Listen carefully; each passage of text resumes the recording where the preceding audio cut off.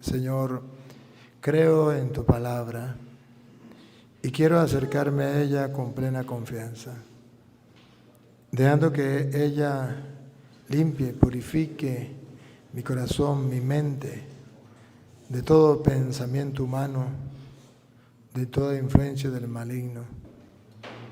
Señor, que tu palabra, que es una lámpara para nuestros pasos, una luz en el sendero, disipe toda tiniebla del error, del engaño, de la falsedad que hay en mi mente y en el mundo. Espíritu de Dios, obra en nosotros como solo tú sabes hacerlo. Gloria al Padre y al Hijo y al Espíritu Santo.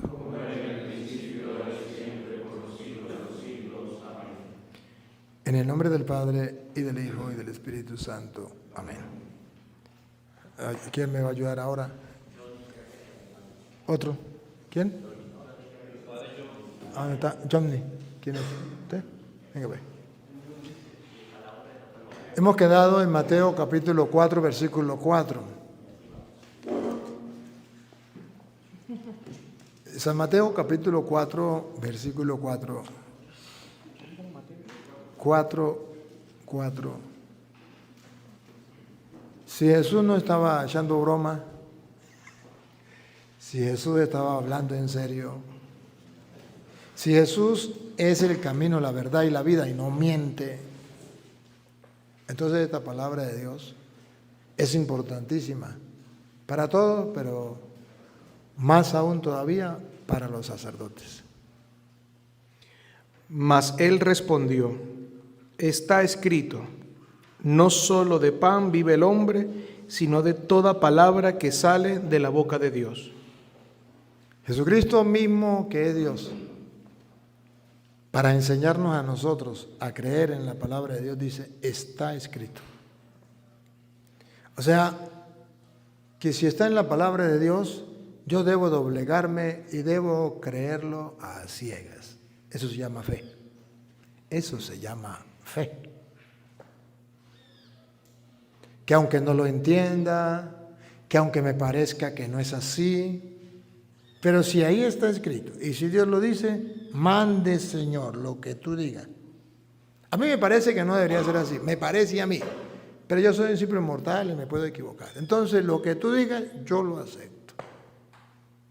Está escrito. Y ahí ha de estar la base de nuestra fe. Está escrito. Así como un día que estaba haciendo una obra de teatro, busqué a la gente de la calle, no busqué gente de la iglesia, sino gente de la calle para hacer una obra de teatro. Y los más malos del pueblo los puse de soldados romanos, soldados. Y me busqué un muchacho, por cierto era familia, un primo, y le tocó el puesto de Pilato. Ajá. Y le enseñé lo que tenía que decir a todos, a cada uno, el papel que tenía que decir, lo que tenía que hacer y decir. Y él me dijo, ya está todo listo, ya me sé de memoria todo. Estoy muy contento porque ya me lo aprendí. Bueno, está bien. Y nos fuimos a la obra. Y sí, se reunieron como 3,000 personas de todos los pueblos a la obra, La Pasión en Vivo. Y cuando llegó el momento, mandan a Jesús ante Pilato, llega Pilato, y yo me escondía a la parte de atrás para ayudarles a ellos. Cuando él sale, se le olvidó lo que tenía que decir. Y me miraba y me decía, yo le decía, dale. Se paró muy serio, dijo, lo escrito, escrito está. Bueno, ya habló Pilato, se lo llevaron a Jesús, lo llevan a Herodes, Herodes se lo vuelve a Pilato y vuelve otra vez de Pilato. Lo escrito, escrito está. Lo único que se aprendió. Pero si nosotros, sacerdotes, nos aprendiéramos lo único que él se aprendió y lo tuviésemos como lema para nuestra vida, lo escrito, escrito está. Entonces podríamos decir que somos verdaderos ministros de Cristo, auténticos discípulos de Cristo. El mismo Jesucristo dijo, está escrito. O sea, lo escrito está, se respeta, se tiene que cumplir, para eso se escribió. No solo de pan vive el sacerdote, sino de toda palabra que sale de la boca de Dios. Y si eso está escrito, ¿quién me puede explicar cómo es que ahora, en pleno siglo XXI, los sacerdotes viven solo de pan? O algunos sacerdotes. Que alguien me explique cómo es que algunos obispos viven solo de pan y no de la palabra de Dios. Esa es la crisis más grande que está pasando en la iglesia. La iglesia no tiene crisis económica. La iglesia tiene crisis de fe. ¿Y la fe de dónde viene? De la palabra de Dios.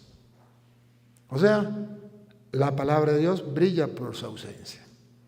Y Jesucristo dijo, no solo de pan vive el hombre, sino de toda palabra que sale de la boca de Dios. ¿Quién le ha creído sus palabras? ¿Quién ha hecho caso a su palabra?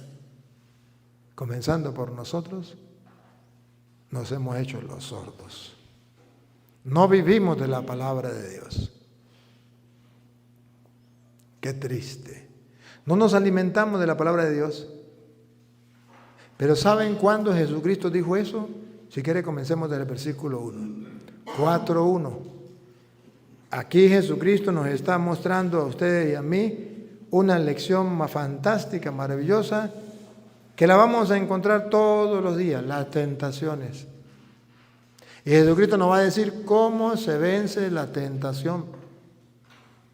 Y ustedes, si quieren, pongan la lupa, aquí está la lupita, y van a descubrir que la tentación se vence haciendo memoria, recordatorio de la palabra de Dios. Así venció Jesucristo la tentación. Y así ustedes y yo vamos a vencer la tentación. Porque la tentación siempre será hacer lo que a mí me parece o lo que me digan los otros. ¿Y cómo se vence la tentación? Recordando, escrito está. Ya no es lo que piense yo, ni lo que piensen los demás, sino lo que está escrito. Así se vence la tentación. Y hago la voluntad de Dios. Escuchen.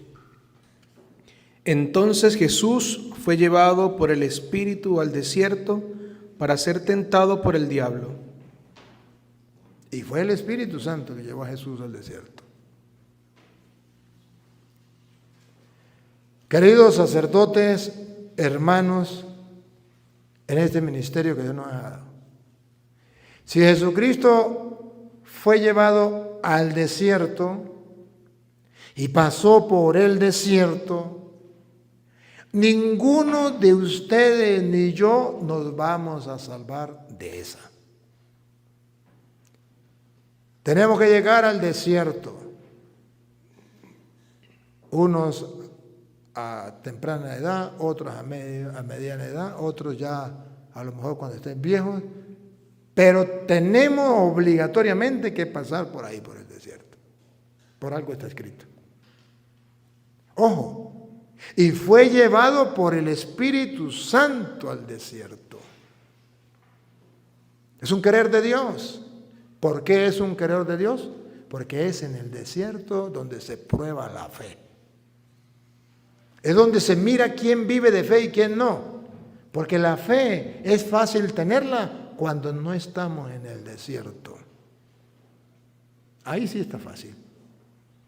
Pero donde se prueba como el oro en el crisol la fe es cuando estamos en el desierto para ver quién es capaz de vivir de fe en medio del desierto. Pero el Espíritu Santo quiere que usted y yo tengamos esa experiencia.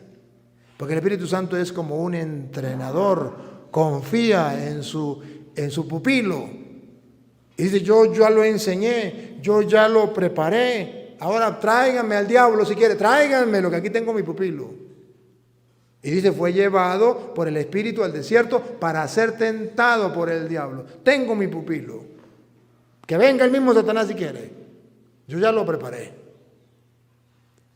Este es mi pupilo apuesto a él. Y Jesucristo nos va a decir que ningún pupilo del Espíritu Santo puede vencer al diablo si no es con la palabra. si no hace eco de la palabra, si no trae a su memoria la palabra, si no tiene como lema lo escrito, escrito está. Está escrito. Ahí está el secreto. No es que no lo sepamos, es que no lo creemos. ¿De qué se trata? De hacer un ejercicio de fe, comenzar a creerlo. El Espíritu Santo nos va a llevar al desierto.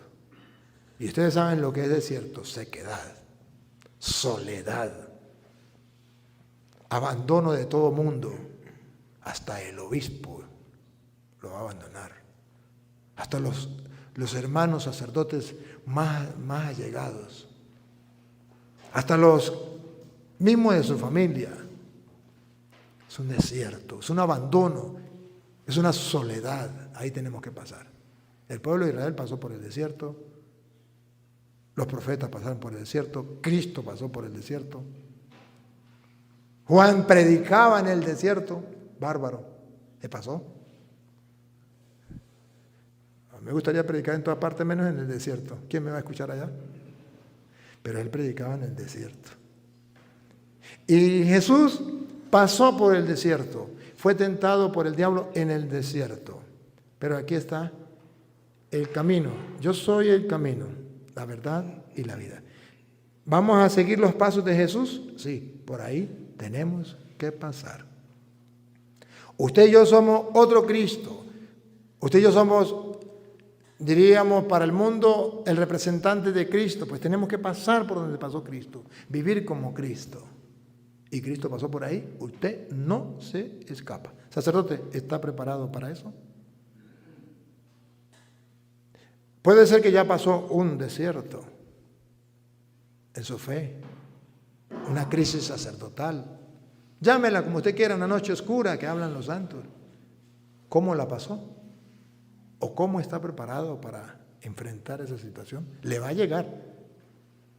Quiera o no quiera, le va a llegar. ¿Qué está haciendo? Solo debemos prepararnos antes de ir al desierto, meter la palabra de Dios aquí y meterla aquí, para cuando esté en el desierto, vivir no solo de pan, sino de la palabra de Dios. Está escrito. Está escrito. Y por la fe en lo que está escrito me mantengo, aunque no vea nada, aunque no sienta nada, aunque no guste nada, aunque todo me dé en la espalda, aunque el mundo se me venga al revés, aunque sienta que me hicieron brujería, como que la brujería como que sí existe. Yo creo que fue la vieja esa, la vecina que le caí mal. No. Tenemos que pasar por ahí. Y cuando Jesús fue llevado por el Espíritu Santo al desierto, claro está, para ser tentado por el diablo, ahí está claro. Ahí es donde el diablo se aprovecha. Pero ahí es donde el Espíritu Santo dice, cuento con mi pupilo. Y ahí es donde vale la pena haber leído la Sagrada Escritura. Ahí es donde vale la pena haber creído en la Sagrada Escritura. Porque puedo caminar de fe en fe. Porque el justo vive de fe en fe. Escuchen. Entonces Jesús fue llevado por el diablo al desierto, por el Espíritu Santo al desierto para ser tentado por el diablo. Después de hacer un ayuno de 40 días y 40 noches, estaba preparado, ¿no? El desierto no lo agarró con los brazos cruzados. Lo agarró preparado con la palabra, preparado con la oración y preparado con el ayuno. Así se preparó Cristo, por eso venció. A nosotros nos agarra sin oración porque no tenemos el hábito de orar. Sin la palabra de Dios porque no la leemos. Y el ayuno, peor todavía. Eso ya pasó de moda. Eso no es locura, no. Que ayune todo el mundo. Pero un cura ayunar, yo creo que todavía no ha nacido. O si ha nacido, está por allá escondido. Sigue. sintió hambre. ¿Y qué es sentir hambre? Deseo, necesidad de. Y casi, o sea, sentir hambre es que si no lo hago me muero. Llámese como se llame la tentación. Póngale nombre. Si les gustan las mujeres, póngale nombre. Si les gustan los hombres, ojalá y no sea así entre ustedes, póngale nombre. Le gusta lo que le guste. ¿El licor? ¿El dinero? ¿Qué? Sin embargo, dice la Biblia que es un hambre insaciable, que siente que se muere, que no puede vencer, que es superior a sus fuerzas, que está por encima de lo humano, que humanamente no se puede superar. Porque es algo del común de los mortales, sentir hambre, la tentación, vivir como cualquier hombre de la calle. El tentador se acercó y le dijo: si eres hijo de Dios, di que estas piedras se conviertan en panes. La tentación. Eres sacerdote, eres elegido de Dios. Pare de sufrir. Date los gustos, gusticos y gustazos. Eres sacerdote, haz lo que te dé la gana. Eres sacerdote. Eres hijo de Dios. Dios quiere que seas feliz. Dios no quiere que sufras, que te amargues, que hagas sacrificio, que aguantes hambre. Si sientes atracción por una mujer, eso viene de Dios, que te hizo hombre. Si sientes atracción por un hombre, eso no es culpa suya, es culpa que Dios te hizo así. Si sientes esto, si sientes aquello, ¿cuál es el problema? Además, no es el único que lo hace. Muchos lo hacen. ¿Cuál es el problema? ¿No ves a tus compañeros que lo hacen? ¿Uno más? El enemigo comienza por ahí. Si eres hijo de Dios, haz que esas piedras se conviertan en pan. ¿Y qué significa que las piedras se conviertan en pan, queridos hermanos? Clarito está, que eso no lo hizo Dios para comer. Pero que tú, a espaldas de Dios y desobedeciendo los planes de Dios, los proyectos de Dios, eso que no lo hizo Dios para que tú lo comas, el diablo te da permiso para que te lo comas. Ejemplo en la humanidad hoy, matrimonio de hombre con hombre. Eso no lo hizo Dios. Pero eso está en el mundo de hoy. Pero eso es una piedra que no se come, pero que si tú quieres, desobedeciendo el mandato de Dios, puede convertir esa piedra en pan. Puede vivir con otro hombre. Y que hay curas que lo hacen, lo hay y ustedes lo saben. Eso es que las piedras se conviertan en pan. Y podríamos decir, ¿cuál es tu tentación? Y de eso se trata, ser sincero delante de Dios. Esta es mi tentación: el alcohol, las amistades, los juegos, el internet, la vanidad, los lujos. ¿Qué? No sé. Pero podríamos examinar qué es aquello que Dios, como sacerdote, no me dice a mí que eso es para mí. Más bien al contrario, si lo hago, estoy desobedeciendo a Dios. Es una piedra que el diablo quiere que yo la use como comida, a espaldas de Dios, quitando el proyecto de Dios, desobedeciendo lo que Dios manda. Y cuando el diablo le propone a Jesús, eres hijo de Dios, puedes hacer lo que te dé la gana, y eso que no se hizo para comer una piedra, tú la puedes convertir en pan. Como sacerdote lo podemos hacer. Sigue. Mas él respondió: Aquí está cómo Jesús se defiende del diablo. Está escrito. Por eso la Biblia es una espada de doble filo que penetra hasta los tuétanos. Por eso San Pablo decía, en la pelea que tenemos contra el diablo, Efesios 6, 17, deben tomar la espada del Espíritu, que es la palabra de Dios. ¿Creen que es mentira? Efesios 6, 17, búsquelo. No se pierde aquí. Es una espada, pero no solamente una espada, es el casco de la salvación y la espada del Espíritu.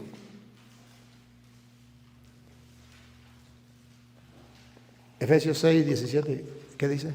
Tomad también el yelmo de la salvación y la espada del Espíritu, que es la palabra de Dios. Ahora lo escuchamos con el micrófono. Tomad también el yelmo de la salvación. A mí me gusta la traducción que es el casco, porque lo entiendo más.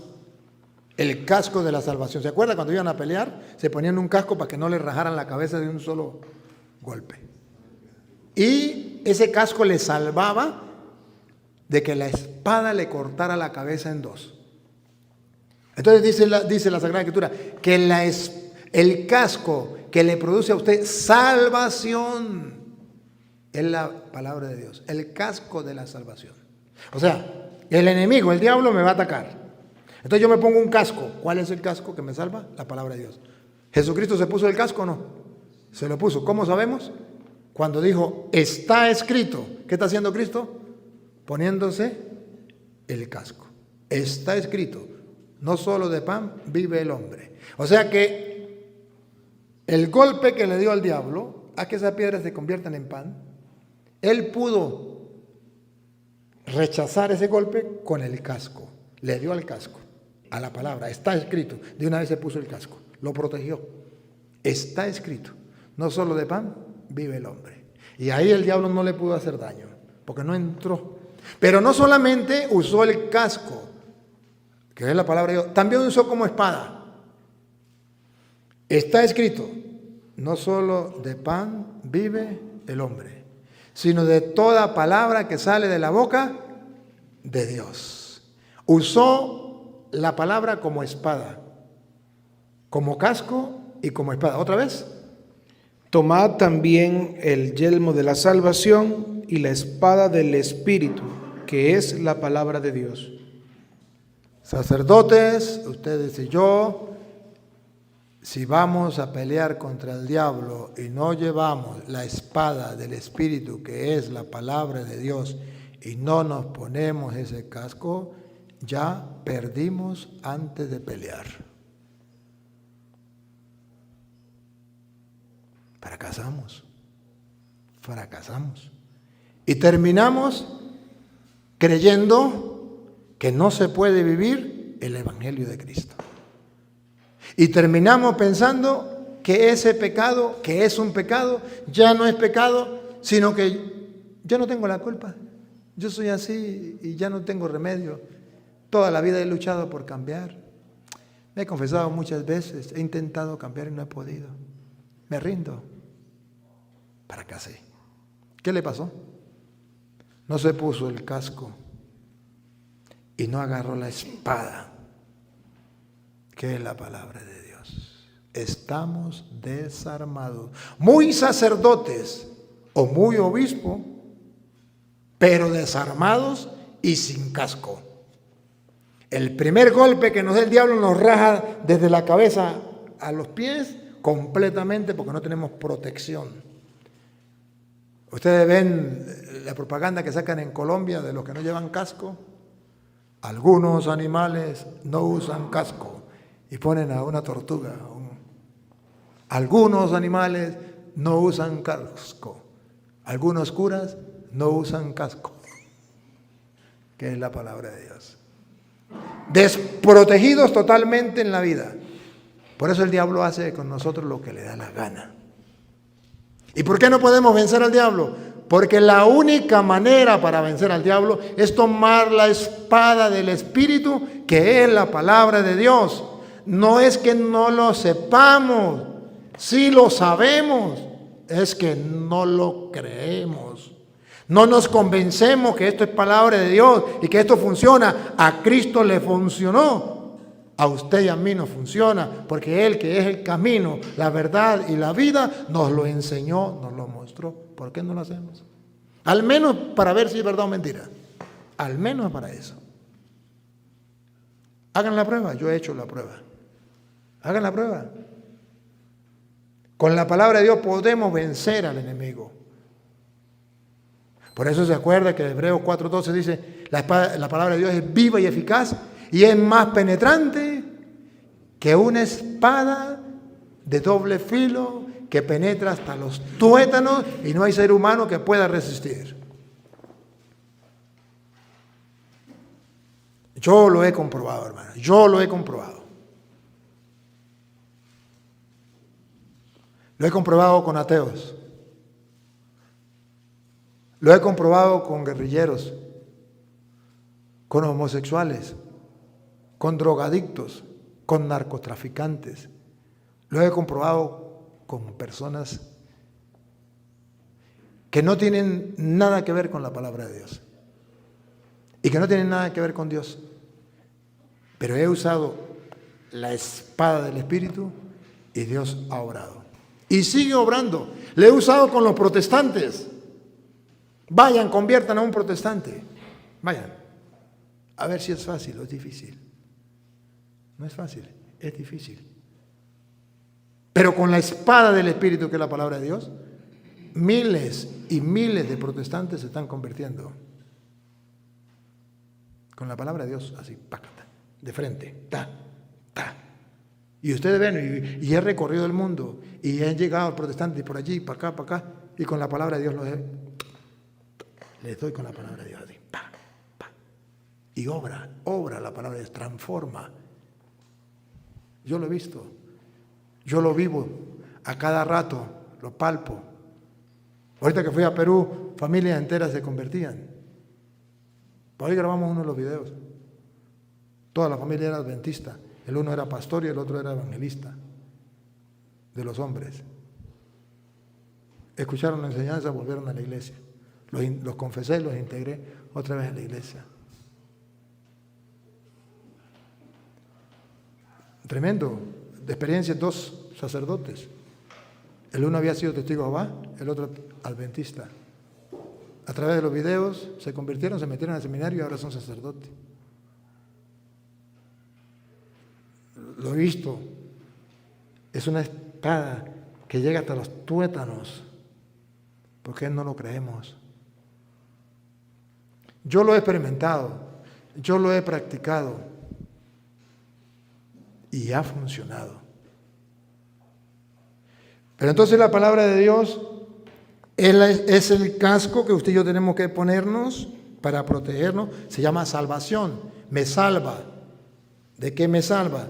De esa tentación que el diablo me trae, de esa destrucción que el diablo me trae, y al mismo tiempo sirve para yo atacar al diablo. Volvemos con Mateo entonces.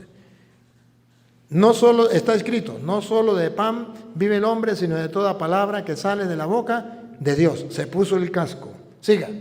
Entonces el diablo lo llevó consigo a la ciudad santa, lo puso sobre el alero del templo y le dijo: si eres hijo de Dios, tírate abajo, porque está escrito. Ahora vemos cómo el diablo ataca con la misma palabra, pero distorsionando el mensaje. Con la misma palabra. Salmo 91 lo utiliza. Utiliza el Salmo 91. Y si está utilizando la palabra de Dios, ¿por qué es una tentación? Porque la Biblia está mostrando que en el ejercicio sacerdotal de ustedes y mío, y como cristianos, habrá en nuestro caminar y en el desierto de nuestra vida, gente que con la Biblia en la mano, que con la palabra de Dios en la mano, va a venir a tentarte. Y se llaman los protestantes o cristianos evangélicos.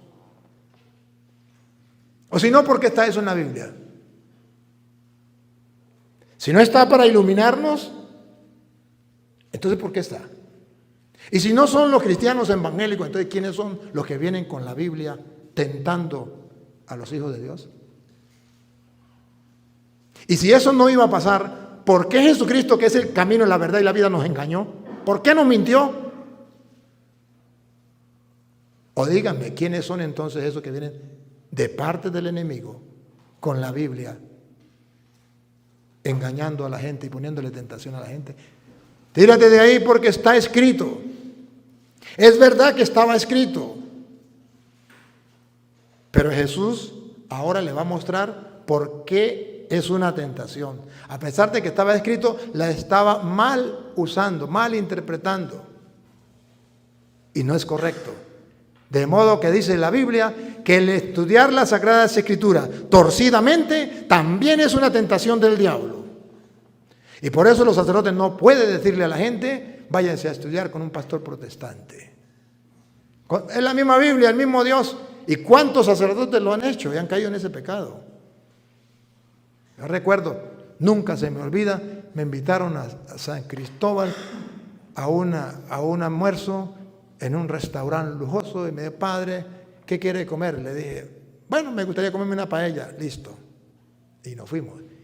Restaurante lleno, yo llegué, saludé y nadie me contestó. Me quedé sorprendido. El hombre me llevó, me sentó al lado de una familia, en una mesa, saludé y nadie me contestó. Me quedé sorprendido. Luego le dije, ¿dónde queda el baño? Me fui al baño y él se fue a la puerta y me dijo, padre, perdone, pero yo no le había dicho, pero todo esto es familia mía y todos son evangélicos, el único católico soy yo. Por eso nadie le contesta. Y esos que están en la mesa, los que están al lado suyo, es mi mamá y mi papá y mis hermanos los que más cercanos, pero son evangélicos, el único católico soy yo. Y los traje para que compartiera con ella. Ah, está bien. Fui al baño, regresé, me senté y me puse a sacarle de conversa. El hombre dijo, mire, este es el padre Toro. Mucho gusto. Dijo la señora, yo hace 5 años estaba en la oscuridad. Para gloria de Dios conocí la verdad y salí a la luz. Y le dije, ¿me puede explicar cómo hizo? Dijo, claro, yo era la que le lavaba las sotanas al obispo. Y en la catedral, todos los paños, todas las cosas que yo era la encargada. Y lo hacía con mucho amor. Y un día llegó un pastor protestante, que ustedes dicen protestante, pero es un pastor verdadero de Dios, y llegó y me dijo que quería estudiar la Biblia conmigo. Y yo, como católica, me dio miedo. Y dije, déjeme preguntarle al obispo y al párroco. Y fui y le dije, monseñor, yo quiero estudiar la Biblia y hay un pastor que me da la oportunidad de leer la Biblia, con él estudiar la Biblia. Y le dijo el obispo, vaya, eso es lo mismo, el mismo Dios, la misma Biblia. Y fui al párroco y le dije, el párroco me dijo, pues si el obispo le dijo que sí, vaya. Una condición, no se vaya a meter a evangélica. No, eso estoy claro, yo mi madrecita, la Virgen María, eso no lo cambio por nada, eso sí estamos seguros. Bueno, vaya. Al mes, llegó a predicarle al obispo y al párroco de la catedral. Al mes. Y le digo, ustedes están en la oscuridad, ustedes están a mentir en la gran ramera, en la gran Babilonia, sálganse de ahí. Les predicó. El obispo y el cura no les importó nada. ¿Está loca? Estará tranquila. Y le dije, ¿y por qué lo hizo? Dijo, porque yo amaba la verdad y quería conocer la verdad. Entonces por eso le pedí permiso y gracias a Dios él me dio permiso y ahora conozco la verdad. Y le dije, ¿y ya perdió el interés por la verdad? ¿O todavía quiere conocer la verdad? Dijo, todavía yo amo la verdad. Y le dije, si ama la verdad, vamos a comprobarlo. Porque amaba la verdad, le pidió permiso al obispo para que el pastor le diera enseñanza de Biblia. Si ama la verdad, pídele permiso al pastor para que reciba enseñanza conmigo. O tráigase al pastor y reciba enseñanza conmigo. Dijo, no, eso sí no lo puedo hacer. Le dije, entonces ya dejó de amar la verdad. ¿Por qué cuando era católica, por qué le pidió permiso al obispo para que le diera enseñanza un pastor? ¿Y por qué ahora que eres protestante, por qué no le pide permiso al pastor? O se trae el pastor y yo le doy la enseñanza. Dijo, no hablemos más de eso. No puedo, eso no lo puedo hacer. Le dije, entonces no ama la verdad. ¿Cuántos sacerdotes le dicen a los laicos? Eso es lo mismo. Queridos hermanos, ¿recuerdan a un San Pablo? Camino a Damasco, 9 de Hechos de los Apóstoles. ¿Se acuerdan que San Pablo pertenecía a una religión donde se tenía la misma Biblia que los apóstoles, porque era el canon de Alejandría, que es el único que existía. ¿Se acuerdan que era el mismo Dios? El Dios de Abraham, el Dios de Isaac, el Dios de Jacob, el mismo Dios. Si era la misma Biblia conocida hasta entonces, y si era el mismo Dios conocido hasta entonces, pregunto, ¿por qué Jesús le dice, Saulo, Saulo, ¿por qué me persigues? Es duro dar, ¿cómo es? Cose contra el aguijón. ¿Por qué Pablo se convierte? ¿Por qué Jesús no le dice, Saulo, Saulo, sigue adelante como vas? No hay ningún problema, es la misma religión, es el mismo Dios, es la misma Biblia, todo es igual, no hay ningún problema. ¿Por qué Pablo tuvo que convertirse? ¿Por qué? Si era el mismo Dios, era la misma Biblia. Ahora, hay una tentación. Y esa tentación existe incluso en los sacerdotes. ¿Creen que es mentira? Fue una diócesis a dar una enseñanza. Y llegó el párroco y me dijo, padre, tengo un problema. ¿Cuál es su problema? Que mi vicario ya está más para los pentecostales unidos que para el católico. ¿Cuál? El padre, el vicario. Ya no bautizan en el nombre del Padre, del Hijo y del Espíritu Santo. Bautizan en el nombre del Señor Jesús. Ya dice que la Trinidad es el diablo. Ya dice que la gente que no se confiese, que es mentira que Cristo está en la hostia, que es un mero símbolo. Ya habla porquerías contra la Virgen María. ¿Qué hago? Es mi vicario. Le dije al obispo y el obispo dice que está loco. Que espere a ver, si no, lo saca. ¿Será que usted puede hacer algo? Y le dije, si usted me permite, dígale. Yo tengo una escuela de Biblia, yo tengo una enseñanza, viernes, sábado y domingo, que vaya. Me avisa. Me llamó. El padre aceptó, con una condición, que usted no lo haga quedar mal, que él es sacerdote. Y como allá no lo conocen, donde usted está, él va a ir. Pero que se prepare, porque él está muy preparado. Y le dije, dile que vaya. Llegó el viernes en la tarde. Debatimos viernes, sábado y domingo. Y no había diferencia entre él y un pastor protestante. No había ninguna diferencia. Dame, pero le iba dando. Tácata, tácata. No dejé intervenir a más nadie. Sabía quién era él. La gente no lo sabía, pero yo sí sabía. Cuando terminé me dijo, Padre, gracias. Me has rescatado. Estaba muy equivocado.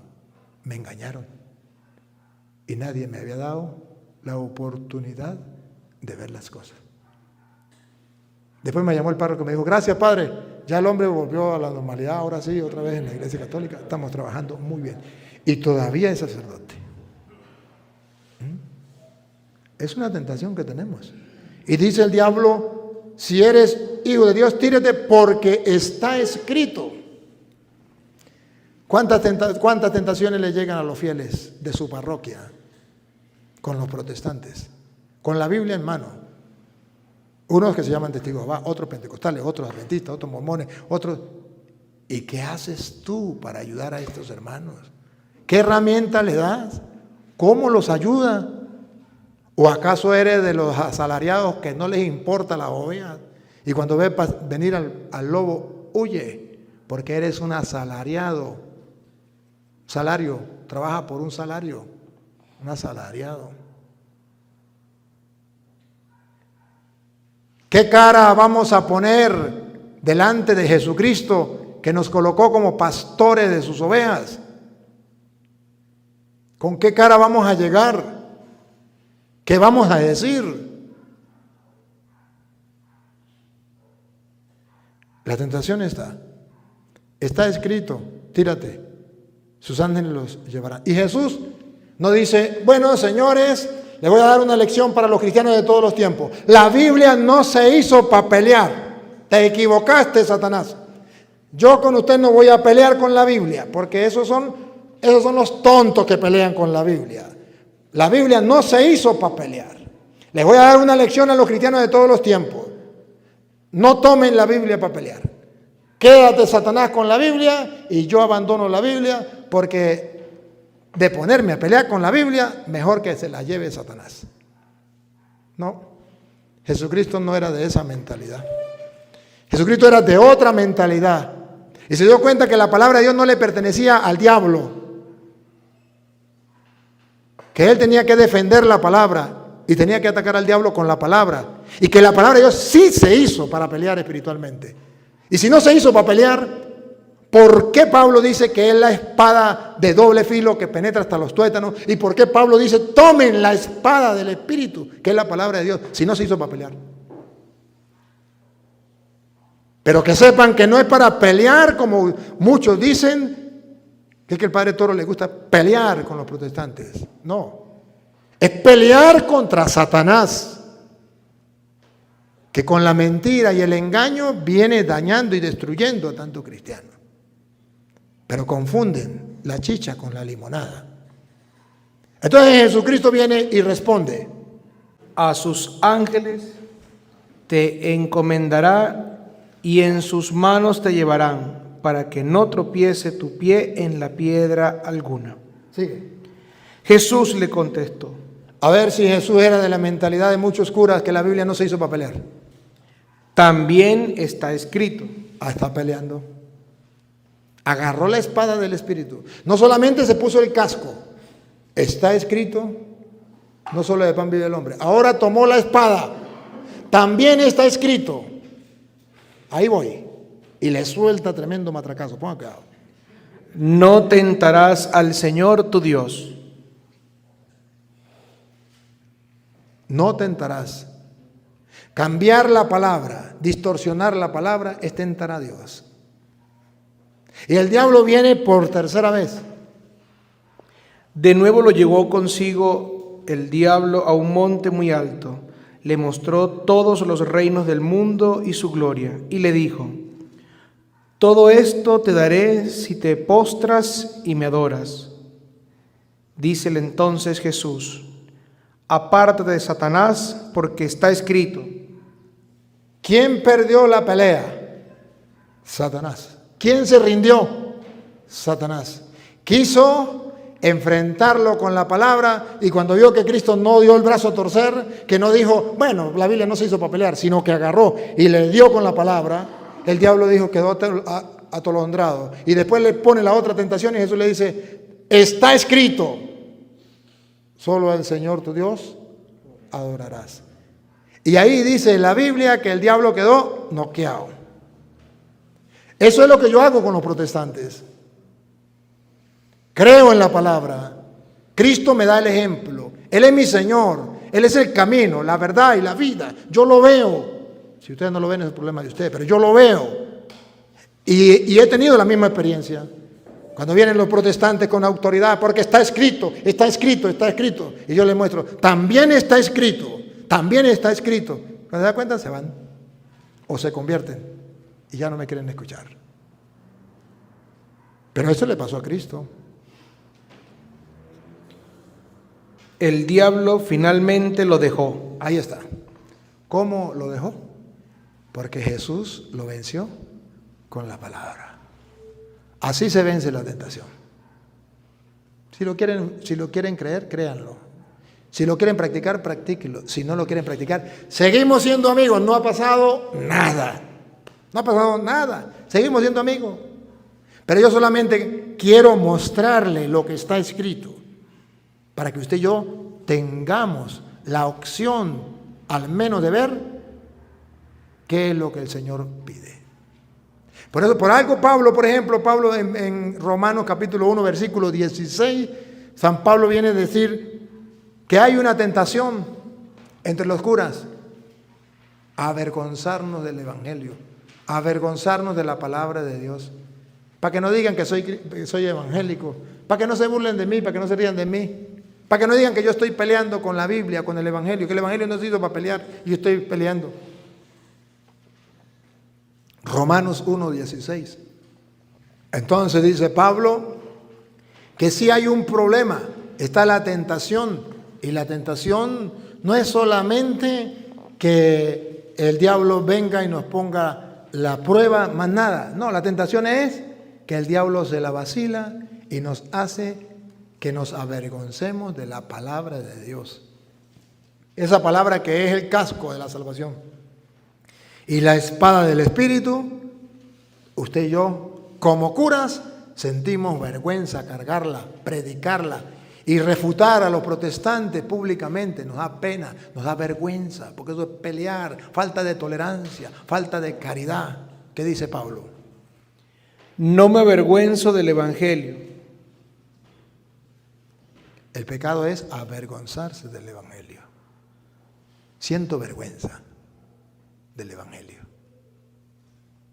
Y por sentir vergüenza del Evangelio no lo leo, no lo predico, no lo defiendo. Siento vergüenza. Y dice Pablo, yo no me avergüenzo del Evangelio. ¿Por qué Pablo? Lupita, ¿por qué Pablo no se avergüenza del Evangelio? Está convencido de algo que ustedes y yo no nos hemos logrado convencer. ¿De qué está convencido Pablo? Que es fuerza de Dios para la salvación de todo el que cree. Pablo está convencido que el Evangelio de Dios es fuerza. ¿Cómo es? Que es fuerza de Dios para la salvación de todo el que cree. Es fuerza de Dios y salvación, pero eso sí, una condición: creer. Creer. El propósito mío con la palabra de Dios, queridos sacerdotes, en estos ejercicios espirituales, es que ustedes crean. ¿Cómo comenzamos? Todo esto se escribió para que crean. Listo. Para eso se escribió, para que creamos. No me avergüenzo del Evangelio, que es poder de Dios y salvación para el que cree. Si usted toma la determinación de no creer, eso es problema suyo. Pero ojo, en algo tiene que creer. Si cree en Dios, serás creyente. Y si no crees en Dios, serás creyón. Pero en algo tiene que creer. Si crees en los hombres, es un creyón. Y si crees en Dios, en su palabra, es un creyente. Eso es lo que más cuesta. Creerle a Dios en su palabra. Está escrito y yo lo creo, punto. A ciegas. Ya, no se hable más. Ahí donde el sacerdote entonces mira, ¿qué dice Dios sobre el matrimonio? Lo que está escrito, ahí está. ¿Qué dice Dios sobre la Eucaristía? Lo que está escrito, ahí está. ¿Qué dice Dios sobre la confesión? Lo que está escrito, ahí está. ¿Qué dice sobre el perdón? ¿Qué dice sobre esto, sobre aquello? Lo que diga, ahí está. Yo lo creo, yo lo predico. Punto de dicho, caso cerrado, no se hable más. Eso se llama creer en el Evangelio. Y dice Jesús, conviértanse, crean en el Evangelio. Esa es la conversión que nos hace falta. Podemos hablar de muchas cosas, pero el centro de todo es la palabra de Dios. Que ustedes se alimenten, que sean como un árbol plantado a la orilla del río, que dé fruto y nunca se sequen sus hojas. Que sean felices, que hagan la voluntad de Dios, que sean verdaderos embajadores de Cristo, verdaderos ministros de Cristo. No se avergüencen del Evangelio, que es poder de Dios y salvación para que lo escuche. Sigue. Del judío en primer lugar, pero también del griego, porque en él se revela la justicia de Dios. Ahí está revelado la justicia de Dios, lo que Dios quiere. Sigue. De fe en fe, como dice la Escritura, el justo vivirá por la fe. Sacerdotes, de fe en fe, así lo dice la Escritura y no puede fallar. El sacerdote vivirá por la fe. De modo que si ustedes toman la decisión de no creer, morirán. Y no es palabra mía. Está escrito en Juan 8:51. A las pruebas me remito. No es palabra mía. Si ustedes deciden no creer en la palabra de Cristo, morirán, ya están muertos. Necesitamos creer en el Evangelio para tener vida. Juan 8, 51. En verdad os digo, que si alguno guarda mi palabra, no gustará la muerte jamás. Listo. ¿Qué es lo que no entienden de ahí? Repítalo, para ver qué es lo que no entienden. En verdad os digo. 2 veces en verdad significa aquí no hay mentira, aquí no hay engaño, no lo duden, créanlo a ciegas. ¿Qué es lo que dice el que es el camino, la verdad y la vida?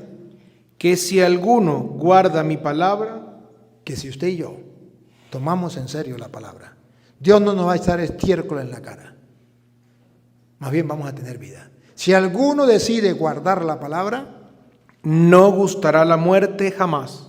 queridos sacerdotes, eso es lo que yo espero de ustedes, deseo de ustedes, y es la propuesta que les traigo.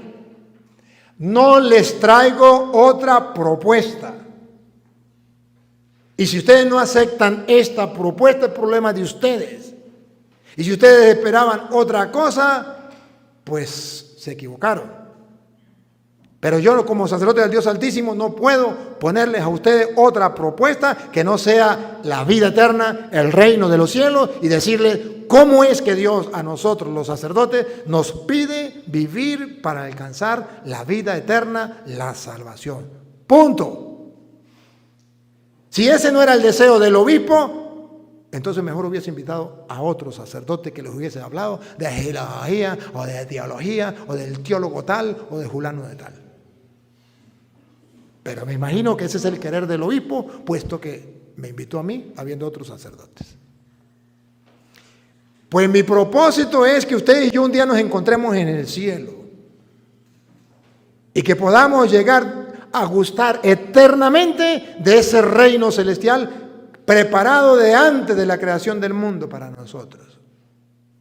Pero que lo podemos perder, como Judas, por buscar otra cosa y no la gloria de Dios.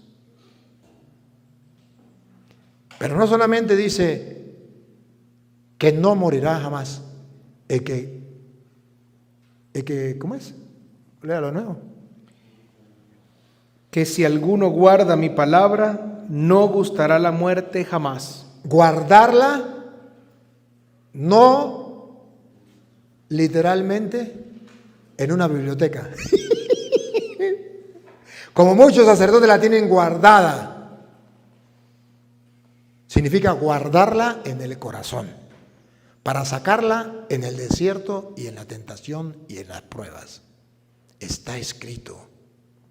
O cuando vaya a predicar, que de mis labios salga como sacerdote lo que la gente espera, la palabra de Dios, la ley del Señor. Porque somos embajadores de Cristo y es como si Dios mismo hablara por medio de nuestra boca. Naguara. ¿Qué responsabilidad tenemos? Vamos a vivir lo que creemos, hermano. La Santa Madre Iglesia no nos engaña.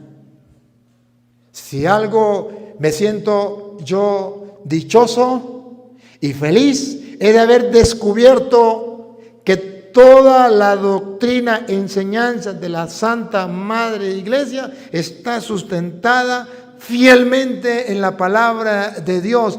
Y yo en el seminario me la enseñaron, pero no me enseñaron dónde estaba sustentada. Y siempre había mis vacíos y había mis dudas y había mis momentos y decía, ¿y quién quita que los evangélicos tengan la verdad? Y a lo mejor ellos tienen la verdad, yo estoy equivocado.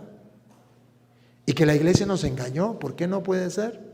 Y cuando me como la palabra de Dios y comienzo a darme cuenta, descubro y le doy gracias a Dios que toda la doctrina de la Santa Madre Iglesia, lo que la iglesia te propone y me propone vivir y enseñar, está sustentado fielmente en las Sagradas Escrituras. Y descubrí otra cosa más, que todas las mentiras que enseñan los protestantes, llámese como se llame la secta, no tienen fundamentos bíblicos. Se lo puedo demostrar a cualquier persona en el mundo, sea católico o sea protestante, se lo puedo demostrar. Y vivo mi fe y la disfruto. y soy sacerdote del Dios Altísimo, y todos los días cuando me levanto le digo, Señor, no soy digno de esto, es un gran regalo, permíteme disfrutarlo. Y lo disfruto cada instante y lo gozo, porque sé que está sustentado en la palabra de Dios y que la iglesia no nos ha engañado. Y le servimos a tan gran Señor. Somos guardianes de un gran tesoro. ¿Acaso no lo dice el mismo apóstol? Que es un gran tesoro el Evangelio.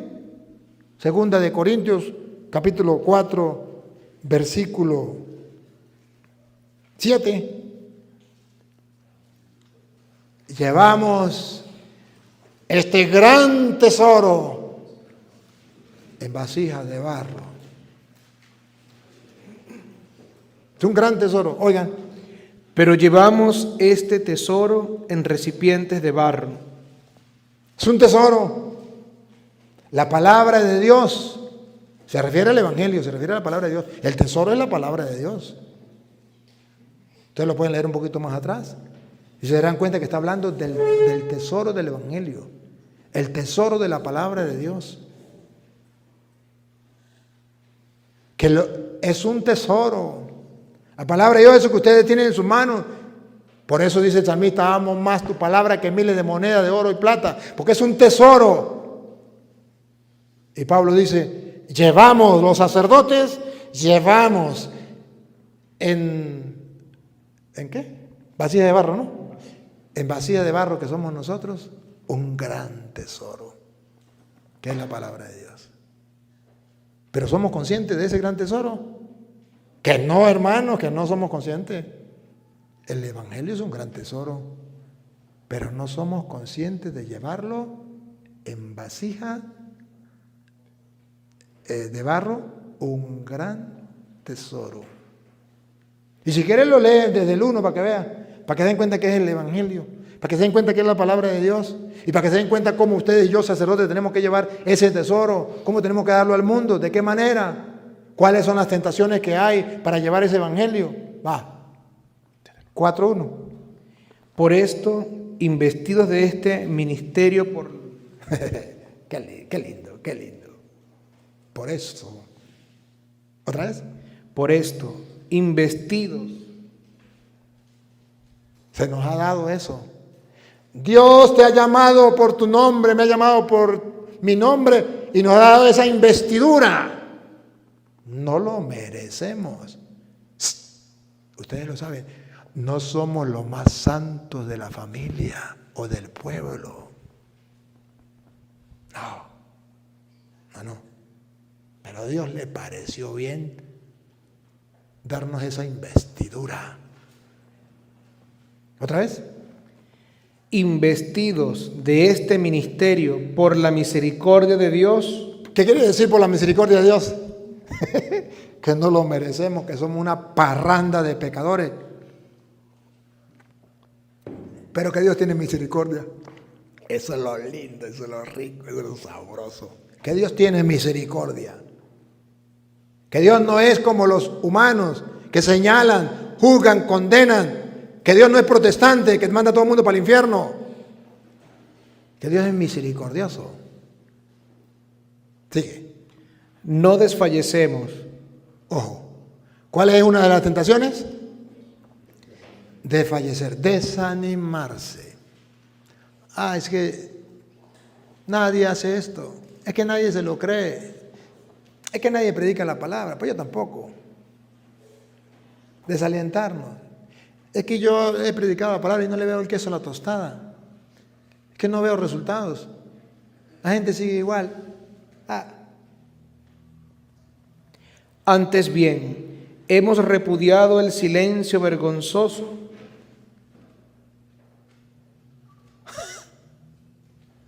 ¿Qué hemos repudiado? A ver, ¿qué hemos repudiado? El silencio. ¿Qué hemos repudiado? El silencio. ¿Qué hay que repudiar en los curas? El silencio. ¿Cuál es el pecado de los curas? El silencio. El pecado de los curas es el silencio, cuando por su boca se espera la palabra de Dios, cuando somos embajadores de Cristo y por nuestra boca es Dios mismo quien habla.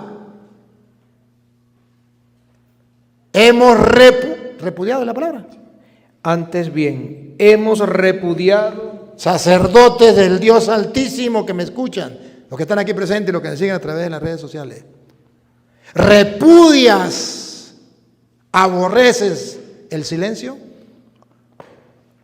o amas el no hablar de la palabra de Dios? ¿O estás acostumbrado a no hablar de la palabra de Dios? Ya te acostumbraste, ya ni predicas la palabra de Dios. No haces nada, guardas silencio. Debería darte vergüenza, porque ese silencio que guardan los curas cuando los protestantes andan por la calle engañando a la gente, cuando el nuevo orden mundial se impone, cuando el nuevo orden mundial está llevando al mundo a la desgracia en contra de Dios, es vergonzoso que los obispos se callen, es vergonzoso que los curas guarden silencio. Eso no es permitido por Dios. Debemos rechazar ese silencio que debería darle vergüenza. Sacerdotes de los cuales Dios espera que se le dé a conocer la palabra de Dios y que se callen. Y que ahorita vamos a leer que Isaías, no, ahorita no, de una vez, que Isaías capítulo 56 versículo 10 les llama perros mudos, incapaces de ladrar. 56:10.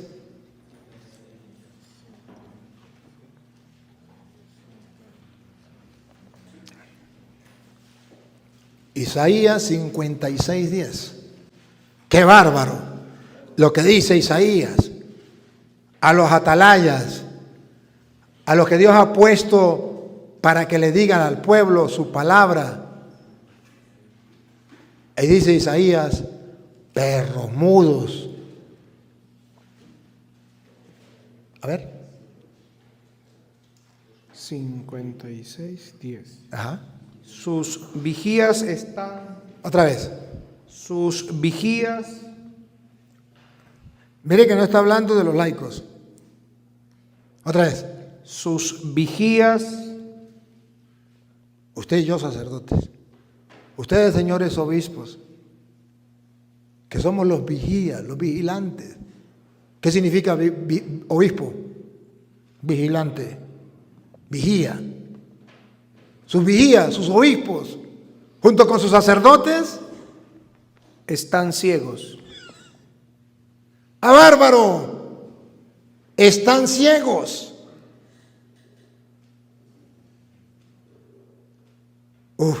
Otro que rapidico, me llegó otra cita. Otro que venga con la Biblia, Mateo 15:12. ¿Quiénes son los que están ciegos? Sus vigías están ciegos. ¿Por qué están ciegos? ¿Por qué están ciegos? Venga. Aquí ya se levantó este hermano. Porque dice sus vigías, sus obispos, sus sacerdotes, vigías, están ciegos. ¿Por qué? Miren cómo Jesús habla de los ciegos en Mateo 15:12. Entonces se le acercaron los discípulos y le dijeron: ¿sabes que los fariseos se han escandalizado al oírte hablar así? Se escandalizaron con su palabra, con lo que él decía. Al oírlo hablar así, se escandalizaron, no estaban de acuerdo. Les daba vergüenza. No querían proclamar lo que Jesús estaba enseñando. ¿Y qué le dijo Jesús? Entonces se le acercaron los discípulos y le dijeron: ¿sabes que los fariseos se han escandalizado al oírte hablar así? Él respondió: toda planta que no plantó mi Padre del cielo será arrancada. Déjenlos, son ciegos y guían a otros ciegos. Y si un ciego guía a otro ciego, los dos caerán en un pozo. ¿Quién es el ciego según Jesús? El que rechaza su palabra. el que no acepta su palabra, el que critica su palabra, el que se cree más Dios que Dios, gracias, el que quiere pasar por encima de Dios y no acepta su palabra, se escandalizaron con su palabra. Jesús dice, déjenlo, son ciegos que guían a otros ciegos. Sacerdotes, cuando usted y yo abandonamos la palabra de Dios, somos ciegos. No tenemos la luz de Cristo. Lámpara es tu palabra para mis pasos. Salmo 119, 105. Luz para mi sendero. Estoy a oscura, estoy ciego. ¿Y saben cuál es el problema? No solo que estoy ciego, que un sacerdote que no lea la Biblia está ciego, que un sacerdote que no predique la palabra de Dios está ciego, pero es un ciego que tiene una parroquia y tiene unos fieles y tiene que guiarlos. Y dice Jesús, ese ciego va a conducir a otro ciego al mismo hueco. Bárbaro. Qué bárbaro. Qué responsabilidad. Entonces volvemos a Isaías 56:10. Sus vigilantes, sus vigías, sus atalayas. Obispo significa vigilante. Y nosotros somos los cooperadores de los obispos, los ojos de los obispos, la boca de los obispos. Somos cooperadores de ellos. ¿Otra vez? Sus vigías están ciegos. El que rechaza la palabra de Dios, el que no toma en cuenta la palabra de Dios está ciego. No hay ninguno que se entere. No hay ninguno que se entere. Todos piensan igual, que la Biblia ya pasó de moda. Que eso es para los evangélicos. Ese es el curatorio que le gusta pelear con el evangelio. ¿Está loco? Todos ellos perros mudos. ¡Ah! Si yo lo llego a decir, me mientan la madre y me excomulgan de la iglesia. Pero menos mal que no lo dije yo, lo dijo él. Otra vez, dígalo, dígalo. Bueno, la voz suya es la que está saliendo, está grabado. La voz suya es la que está saliendo. A ver, ¿qué es lo que le dice? Todos ellos perros mudos. ¡Bárbaro! Pero qué bárbaros, padres. Que Dios se encuentre cara a cara contigo y que te diga perro mudo. Pero Señor, soy un obispo, ¿a mí qué me importa? Pero Señor, yo soy un cura y soy la mano derecha del obispo, ¿a mí qué me importa? Perro mudo. Cuando no somos capaces, cuando guardamos silencio, silencio vergonzoso. Por eso dice Pablo, repudiamos el silencio vergonzoso de los curas y obispos que no son capaces de ser luz en medio de las tinieblas y la densa oscuridad en que yace el mundo. Por temores a perder ¿qué? Por miedo a que lo critiquen o que le hagan lo que le hicieron al obispo de mis respetos, y que Dios lo bendiga y lo ayude a salir de ahí. El de Nicaragua, el obispo, ¿cómo era? Rolando Álvarez, que por no ser perro mudo lo metieron a la cárcel. Ah, con razón que los curas tienen miedo y los obispos tienen miedo. Porque si no son perros mudos, los meten a la cárcel o le quitan la vida.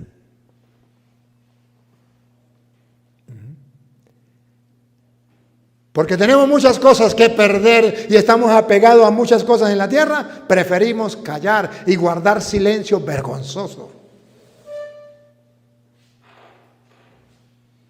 ¿Cuántas cosas han pasado en el mundo por la iglesia guardar silencio? En Venezuela no se guardó silencio cuando se podía hablar, por miedo al que el gobierno les quitara propiedades o que le dijera que era diablo con sotana, o que le decían que los curas no podían meterse en política, mejor me guardo silencio. Ahora, ¿cómo está Venezuela? ¿Y creen que los curas no tenemos responsabilidad en eso? ¿No guardaron silencio vergonzoso los obispos algunos y los curas para no meterse en política, para no meterse en nada? Ahora mire cómo sufre el pueblo de Venezuela. ¿Por miedo a qué? Y esto es el nuevo orden mundial que está invadiendo el mundo entero. Se llama nuevo orden porque eliminaron el antiguo orden que Dios había establecido en las Sagradas Escrituras y ahora establecen un nuevo orden para el mundo. Y los sacerdotes callados, silencio vergonzoso. Y los protestantes hacen y deshacen y se están yendo de las parroquias y de la iglesia muchos católicos y los obispos y los curas, silencio vergonzoso.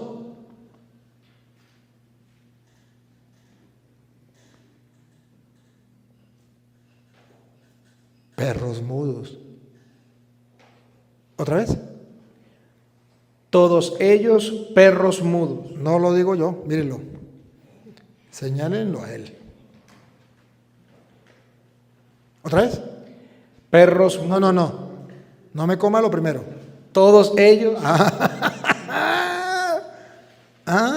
¿Por qué le saca el cuerpo? ¿Otra vez? Todos ellos. No le saca el cuerpo. ¿Otra vez? Todos ellos perros mudos. Encontrarme cara a cara con mi Dios, con mi Señor, y que me diga perro mudo. No, yo prefiero que ustedes digan lo que quieran, que me mienten la madre, que me manden para el infierno, que me excomulguen. Pero yo no quiero que Dios me diga perro mudo. Y si quieren no me inviten más nunca a compartir con ustedes. Me voy feliz por no haber sido un perro mudo, por no haber guardado silencio vergonzoso. Sigue. No saben ni ladrar. No saben ni ladrar. O sea, se esperaba que mordieran al menos, ¿no? Pero ni siquiera ladran. Y los videntes se acuestan habituados a dormir. ¿Cómo? Y los videntes se acuestan habituados a dormir. ¿Cómo estamos habituados? A dormir. No pasa nada. No pasa nada. Si yo no predico la palabra de Dios, no pasa nada. Yo no voy a cambiar el mundo. Una sola golondrina no hace verano. No pasa nada. Además, la gente no se quiere convertir. Además, eso es perder tiempo. Todos los esfuerzos que hago yo en la parroquia, yo hago tanta bulla y nadie se convierte. La gente no quiere eso. Son también feroces perros que no conocen la hartura. ¡Qué bárbaro! No le dijo perros, sino feroces perros que no conocen la hartura. Y hasta sus propios pastores de nada saben ni entienden. ¿Otra vez? Y hasta sus propios pastores de nada saben ni entienden.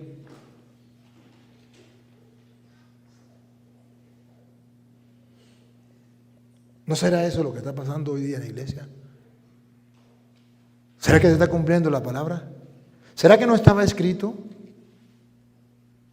Sí estaba escrito. Y se escribió antes de Cristo.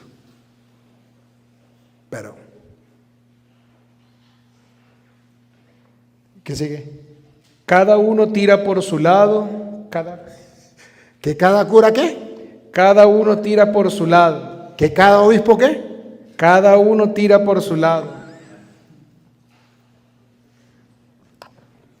¿O no?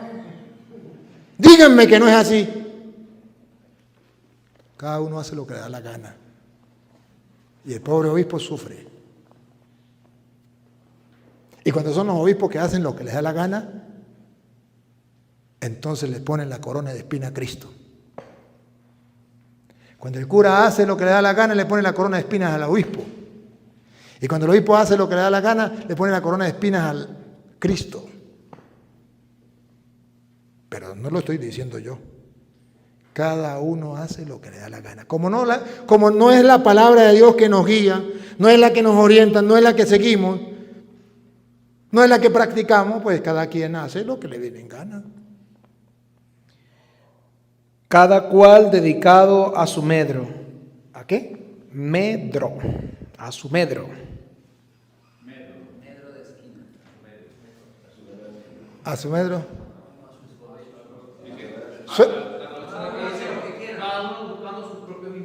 Así me gusta más, esa traducción me gusta más. Ajá. Cada uno buscando su propio sacerdotes. ¿Esa no es la verdad? ¿Esa no es la verdad? Claro que esa es la verdad. A ver, hasta el extremo hemos llegado a eso. Díganme. Yo a ustedes, gracias a Dios, no los conozco, no sé cómo trabajan, y yo fui para allá y ya no pudimos compartir más, no sé cómo trabajan. Pero yo he visto sacerdotes que buscan su propio interés. En las fiestas patronales buscan su propio interés. El párroco vende licor para buscar la salvación de las almas. Ustedes no. Los que no vinieron. Buscan su propio interés. Y ustedes no deben molestarse conmigo porque ustedes no lo hacen. Solo se tienen que molestar los que lo hacen. Díganme si no están buscando su propio interés. Cuando Jesucristo dijo, preocúpense por el reino de los cielos, que lo demás yo se lo regalo por añadidura. Si quieren, pregúntenme a mí. Y les puedo dar testimonio que Jesús cumple su palabra. Cuando el Papa me nombró misionero de la misericordia, el obispo me dijo, bueno, pues ahora trabaja que lo que el Papa le ha dicho, y yo no le voy de parroquia, usted verá cómo se las arregla. Solamente queda encardinado a la diócesis, pero trabaje con la misión que el Papa le encomendó. Me agarraron como 5 o 6 sacerdotes. ¿Vieron? Y usted va a ir a trabajar. Ajá. ¿Y cuánto le va a pagar el obispo mensualmente? Porque usted no va a tener parroquia. Le dije, no, el obispo no me va a pagar. ¿Y cuánto le va a pagar el Papa? Dijo, pues el Papa tampoco. Dijo, ay, ¿qué va a hacer usted cuando se le dañe el carro? ¿Y qué va a hacer para comprar los cauchos y para echarle gasolina y cuando usted se enferme? Usted es un tonto, usted es un bobo. ¿Cómo se le ocurre que usted pide? Exígele. Y yo lo miraba y decía, no lo puedo creer. ¿Dónde está el Evangelio? Preocúpense por el reino de los cielos, que lo demás vendrá por añadidura. Y ellos, como yo tengo una cara de bobo bien administrada, les puse la carita de bobo. Pero Jesucristo no falla. Pero dice la Biblia que cada sacerdote, cada obispo está buscando su propio interés, pecado mortal. Y alguien se lo tiene que decir. Y no se lo digo porque a mí me dé la gana, porque está escrito. Y es palabra de Dios y no puede fallar. Y del labio del sacerdote se espera la palabra de Dios. ¿Cuáles son sus intereses, sacerdote? ¿Cuáles son sus intereses? ¿La salvación de las almas? ¿Qué buscas en tu parroquia? ¿Qué quieres con la gente que va a tu parroquia? ¿Hacia dónde los conduce? ¿Qué busca usted mismo? La salvación, la santidad, el reino de los cielos, ¿lo anhela, lo cree, lo busca? ¿Hace todo el esfuerzo por alcanzarlo? ¿Qué problema?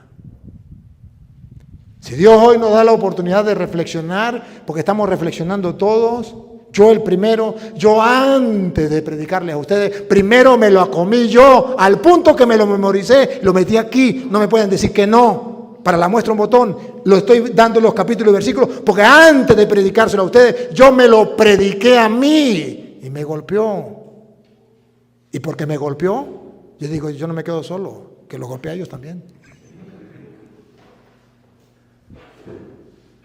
Si lo estuviera leyendo yo, ustedes podrían decir es mentira.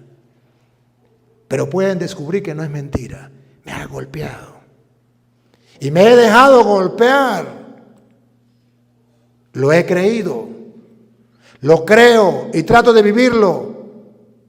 Que ustedes no lo crean, esos problemas de ustedes, y pregúntenme si me importa.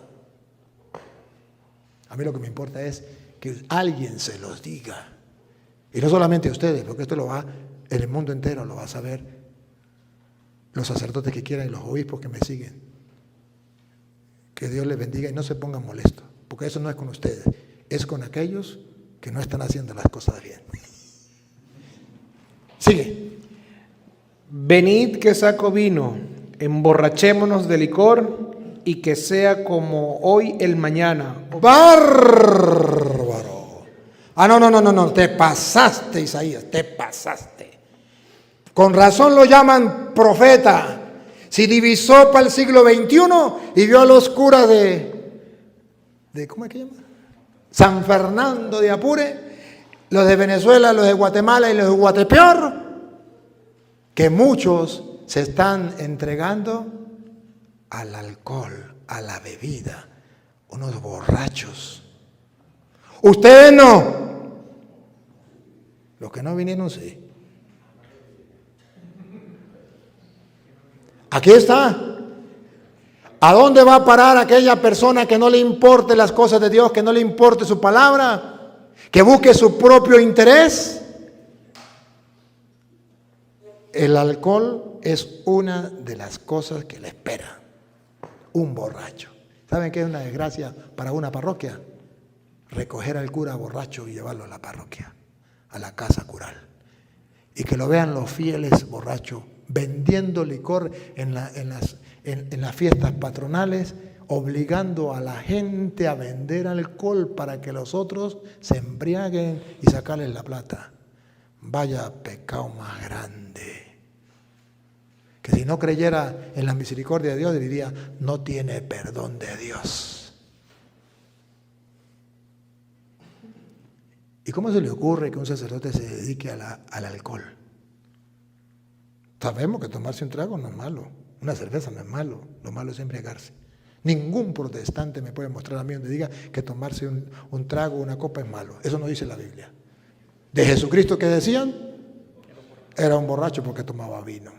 Como los protestantes dicen de nosotros porque tomamos vino. Eso ya es otra cosa. Y Jesucristo 600 litros de agua lo convirtió en vino. Algo nos tiene que decir teológicamente. Pero bueno, lo que está malo y lo que sí dice la Biblia es: ningún borracho entrará en el reino de los cielos, a menos que se arrepienta y que lo haga un cura. ¿Qué está haciendo? ¿Un buen ejemplo para los demás? Pero por buscar su propio interés, ahí puede caer. En eso y en mucho más. Un hombre justo perece, pero eso a nadie le importa. Sí, Señor. La gente humilde, sencilla, va pereciendo a causa de los malos ejemplos, a causa de la falta de la evangelización, pero eso a nadie le importa. La salvación de las almas parece que no es lo más importante en la balanza de los sacerdotes. El celo apostólico. Cuando yo estudiaba en el seminario, yo estaba convencido 100%, porque así me lo enseñaron, que el celo apostólico era no permitir que venga el otro cura a celebrar en mi parroquia. Peor hacer un matrimonio, un bautizo, un entierro, porque yo tengo celo apostólico. Y si viene, aunque sea mi compañero vecino, que yo sé que es sacerdote de la misma diócesis y todo, y me celebra una misa, sobre todo un entierro donde, no, porque el muerto era pudiente, gracias Padre, porque era pudiente. Ahí es donde despertamos el celo apostólico. Y yo estaba convencido que eso era celo apostólico, hasta que lo leí en la Biblia, que era el celo apostólico. Cuando lo leí en la Biblia, yo dije, bárbaro. Y los sacerdotes tienen otro concepto de celo apostólico. Pero voy a descuidar cualquiera venga a celebrar misa en mi parroquia. Cualquiera no, porque si usted no sabe quién es, pues no. Pero si usted lo conoce y sabe quién es, y a lo mejor era familiar o era amigo, ¿verdad? A ver, dime, ¿cuál es el problema? La plata, ¿verdad? Ese es el problema. Sigue.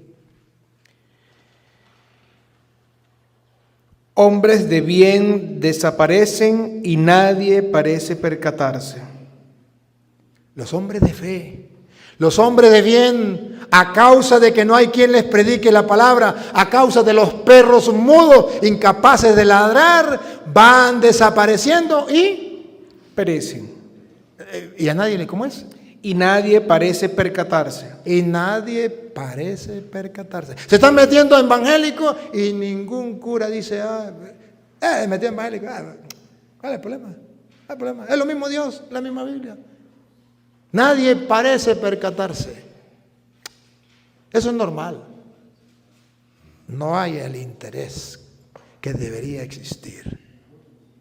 Dígame, ¿no es el retrato vivo de muchos sacerdotes en la iglesia, de muchos obispos en la iglesia?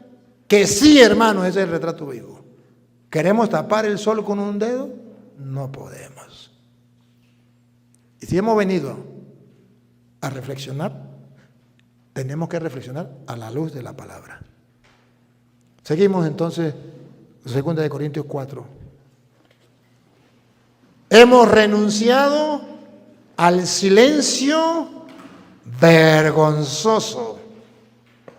Repítalo. Antes bien, hemos repudiado el silencio vergonzoso, evitando proceder con astucia o falsear la palabra de Dios. Dos cosas. Hay quienes guardan silencio, pero hay quienes lo hacen por astucia, o hay quienes lo hacen falseando la palabra de Dios. Ninguna de esas es buena. Y por eso tenemos que ser fieles a la palabra de Dios. Y por eso existe el magisterio de la iglesia, para que seamos fieles a la palabra de Dios. Pero los primeros que tenemos que ser fieles, usted y yo. Yo no debo predicar lo que a mí me dé la gana. Es que yo pienso esto. No es lo que yo pienso, es lo que enseña la Santa Madre Iglesia. Somos ministros de Cristo en el cuerpo de Cristo, que es la iglesia. Y no me puedo salir de la doctrina de la iglesia, que a mí me parece. Es que mi profesor de filosofía, es que mi teólogo no sé qué, a mí qué me importa. Yo soy parte del cuerpo de Cristo, que es la iglesia. No puedo falsear la palabra de Dios por mis ideas, por las ideologías que andan en el mundo de hoy, por las filosofías baratas que andan por el mundo de hoy. Y es una tentación que tenemos. Sobre todo los curas que enseñan gelajajía. He tenido mala experiencia con los curas que enseñan gelajajía, que se vuelven más ateos que los mismos filósofos.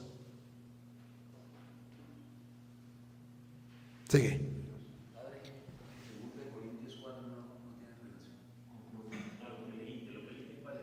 Segunda de Corintios 4, 1 en adelante estamos leyendo. Segunda, antes bien, hemos repudiado el silencio vergonzoso, evitando proceder con astucia o falsear la palabra de Dios. Usted puede estar en Primera de Corintios, ¿no era? Puede ser que esté en Primera de Corintios. Al contrario, al manifestar la verdad, Sacerdotes, no podemos guardar silencio vergonzoso, no podemos distorsionar la palabra de Dios. Al contrario, ¿qué debemos hacer? Oigan, sacerdotes, oigan.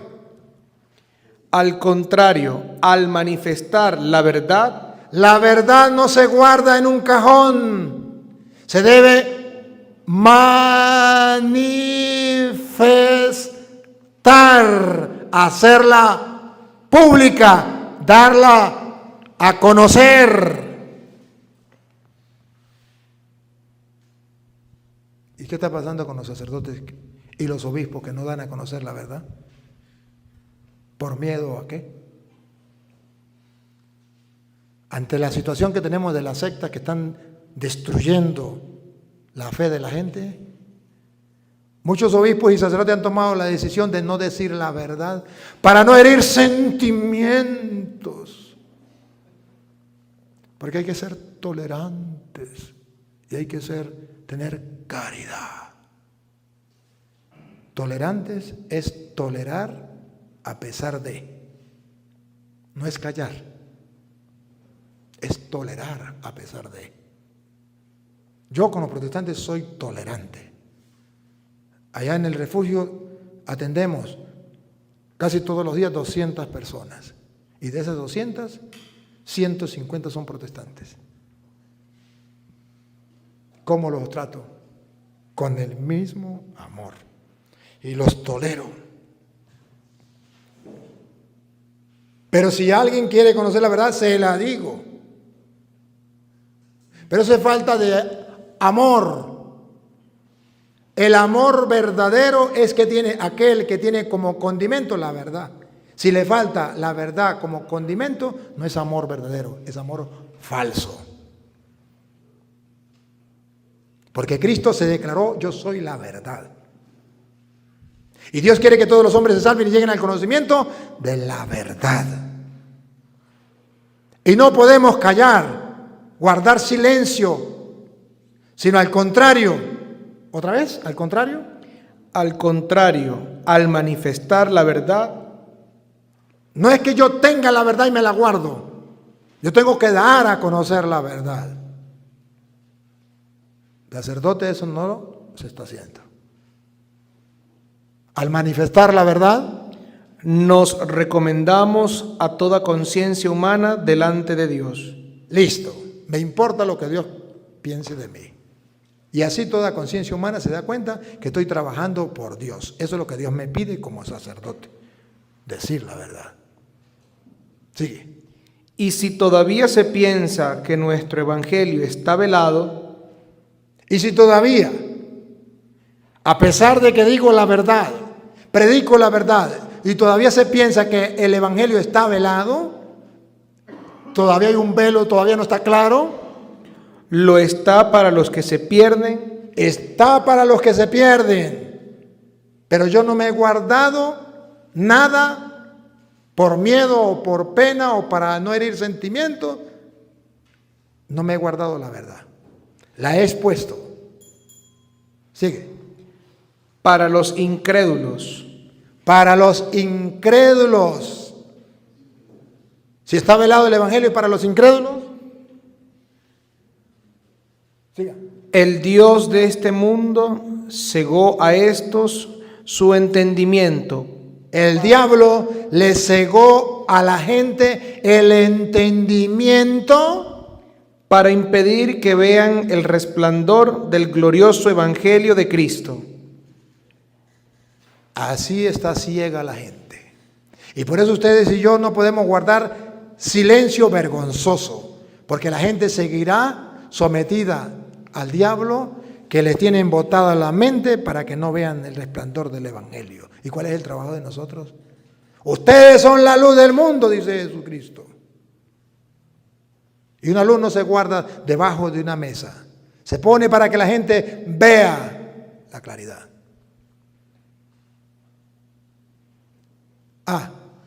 Pero este evangelio que se predica para que la gente vea el esplendor, pero que el diablo ciega el entendimiento, usted y yo tenemos que predicarlo. ¿Y se acuerda que en versículo 7, que es el tesoro que llevamos? Escuche el versículo 7. Pero llevamos este tesoro en recipientes de barro para que se vea claramente que es una fuerza tan extraordinaria, es Dios y no de nosotros. Que esa fuerza extraordinaria es de Dios y no es de nosotros. Llevamos un tesoro, Dios nos lo confió, nosotros simplemente tenemos que creer en su palabra, punto, y ya Dios mostrará su poder. Eso lo he hecho yo y puedo dar testimonio de que es verdad. A través de la predicación del evangelio, aquí hay uno, usted de Maporal, ¿verdad? Me dijo. A lo mejor usted estaba cuando me tocó en Maporal con los pastores allá. que fueron a engañar allá, que llegó un tal Gotopo que era ¿cómo es que le llamaban? El superapóstol, venido de Israel, engañando a la gente. Ya tenía conquistado a la mayoría de gente. Y cuando llegué, nadie me recibió en la parroquia, cerrada la iglesia. Y por ahí pregunté y le dije, bueno, y la señora que atendía aquí, dice, no, pues esta se metió en evangélica. Y la catequista anoche se entregó al pastor. Y entonces, no hay nadie. ¿Y dónde están? Están en culto en tal parte. ¿Y usted me puede llevar? Claro. ¿A dónde? Y me llevaron para allá y me fui. Y ahí estaban como 10 pastores y estaba el superapóstol.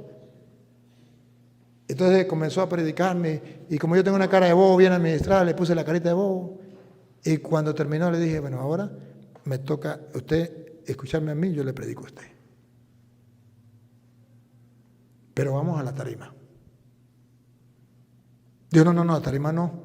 Yo le dije, no, la gente, usted engañó a toda la gente. Vamos a la tarima. Agarró y se fue. Y se fue y llegaron nosotros, otros pastores. Y le dije, bueno, como ese se fue, alguno de ustedes agarra el micrófono y vamos. No, ya terminó el culto. Y apagaron el sonido. Y agarré yo un perolito que cargaba. Y le dije, mañana a las 9 de la mañana le pongo el sonido aquí para que invite a los pastores y mañana vengan, que vamos a ver quién tiene la verdad. Al otro día puse el sonido allá, vino todo el pueblo, menos los pastores. Y la catequista que se había entregado anoche anterior al pastor fue la que me refutó. Siendo la catequista, ahora apareció una pastora. Y agarramos todo el día. Un señor emocionado mató una res, comía para todo el mundo. Al otro día igual, toda la semana. Pero el domingo de resurrección fue la Semana Santa. Estaba esa iglesia a reventar. Hasta la bruja del pueblo, que era evangélica, estaba el domingo de resurrección. Y se recuperó el pueblo. Y se formó parroquia. Ahora ya hay hasta párroco allá.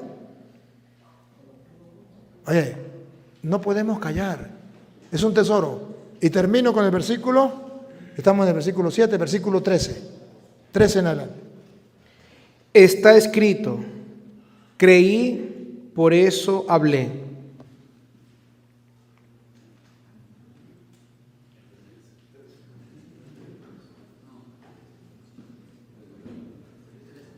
Versículo 13 que está después del 12 y antes del 14.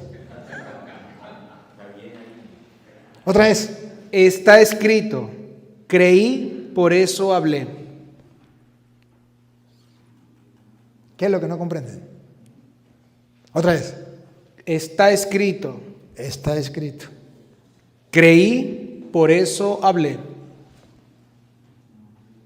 Analicemos. Si no hablamos y guardamos silencio vergonzoso, es porque no creemos. ¿Qué le pasa a los sacerdotes y a los obispos? ¿No irá por ahí los tiros? Otra vez. Está escrito, creí, por eso hablé. Siga. Pues bien, conforme a ese espíritu de fe, también nosotros creemos y por eso hablamos. Ese es el reto. Con ese espíritu de fe y creyendo en la palabra de Dios, entonces de ahora en adelante nosotros también creemos y por eso hablamos.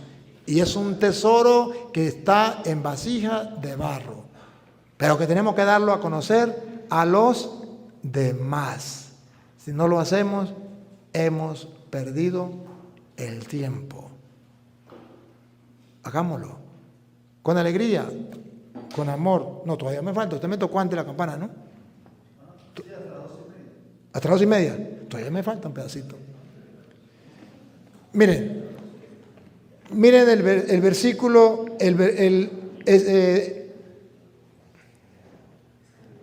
a ver, es que no me quiero saltar, pero sí, vamos a tomarlo. Ezequiel capítulo 33, versículo 7. Ezequiel, capítulo 33, versículo 7. Ujú.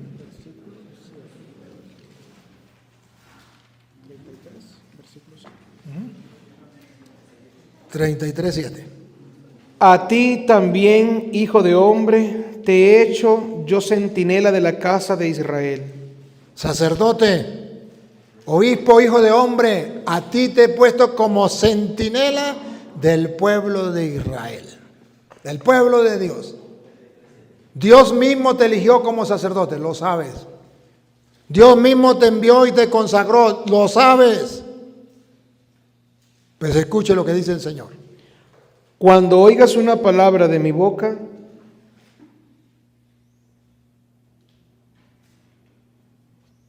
Hay que oír la palabra de Dios. Otra vez.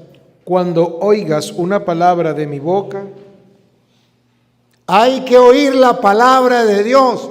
Otra vez. cuando oigas una palabra de mi boca, ¿Cómo sabemos que usted ha escuchado la palabra de Dios?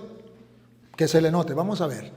Cuando oigas una palabra de mi boca, tiene que verse los resultados de que usted ha escuchado. Creí, por eso hablé. Tiene que notarse que usted ha escuchado la palabra de Dios. Cuando oiga una palabra de mi boca, ¿qué tendrás que hacer? les advertirás de mi parte. Tendrás que hablarle al pueblo de parte de Dios. De modo que si guardas silencio vergonzoso, es porque no has sido receptor de la palabra. No has escuchado la palabra de Dios. Pero si has escuchado la palabra de Dios, les hablarás a mi pueblo. Sigue. Si yo digo al malvado, malvado, eres reo de muerte, y tú no hablas con él para advertirle que deje su conducta, él, el malvado, morirá por su culpa, pero te pediré cuentas a ti de su muerte. Bárbaro. Bárbaro. Qué responsabilidad más grande. Tenía razón mi padre cuando me decía, no quiero que un hijo sea cura ni una hija religiosa. Y cuando le pregunté por qué, me decía, porque en manos de ustedes está que se salve mucha gente o que se condene mucha gente. Tenía razón mi padre. Y no era geólogo ni teólogo, solo leía las escrituras. Tenía 3er grado, apenas aprendió a leer. 3er o 1er grado. Pero tenía las escrituras en su mente. Si escuchas una palabra de mi boca, debe dársela a conocer al pueblo. ¿Para qué? Para que cambie. Y si no lo haces, el malvado morirá por su pecado, pero yo le pediré cuenta al sacerdote, al atalaya, al vigía, al obispo, al vigilante, por no haber predicado la palabra de Dios, por no haberle dicho al pueblo que eso era pecado, que eso era malo. Hoy los sacerdotes, depende de la confianza y la amistad que tenga con la gente, le dice si es bueno o es malo. Si usted está viviendo en adulterio, pero es amigo mío, pero usted ama a esa persona, ¿eh? Sí, yo la amo como si lo hubiese parido. Siga así, eso no hay ningún problema. Pero padre, es que yo he escuchado que eso es malo el adulterio. Yo le doy permiso para que confiese y comulgue. Y llega la gente. Voy a confesarme, ¿usted vive en adulterio? Sí. Pero el padre me dio permiso de confesar y comulgar. Me dijo que eso no era malo.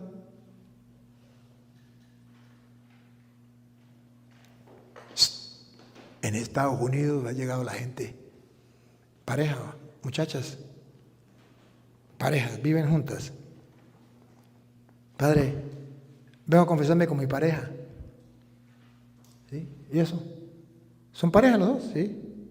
¿Pero mantienen relaciones los dos? Sí. ¿Cómo así? Mi padre, mi párroco me dio permiso para confesar, para comulgar, dijo que eso no hay ningún problema. Nos preguntó que si nos amábamos y nosotros nos amamos, no hay ningún problema.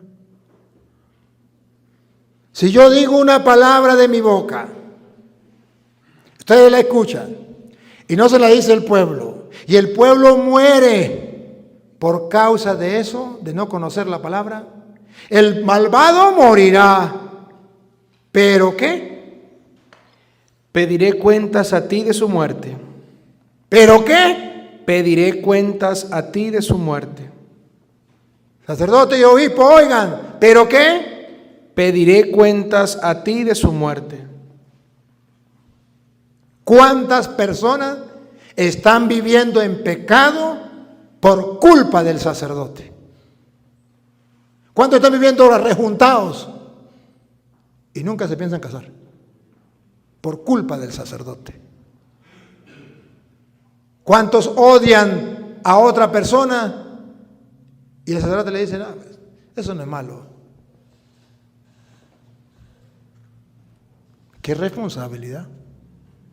Sigue. Si por el contrario adviertes al malvado que se convierta de su conducta, pero él no se convierte, morirá él debido a su culpa, mientras que tú habrás salvado tu vida. Aleluya. Aquí están las dos salidas o las dos opciones que tenemos. Predicar o no predicar. Si predicamos, el malvado morirá si no se convierte, pero no es culpa mía. Pero si no predicamos, el malvado morirá por su conducta, pero Dios me pedirá cuentas a mí. Vean la responsabilidad que tenemos. No es un juego. ¿Cuál es el problema? Que nos tomamos todo como un juego.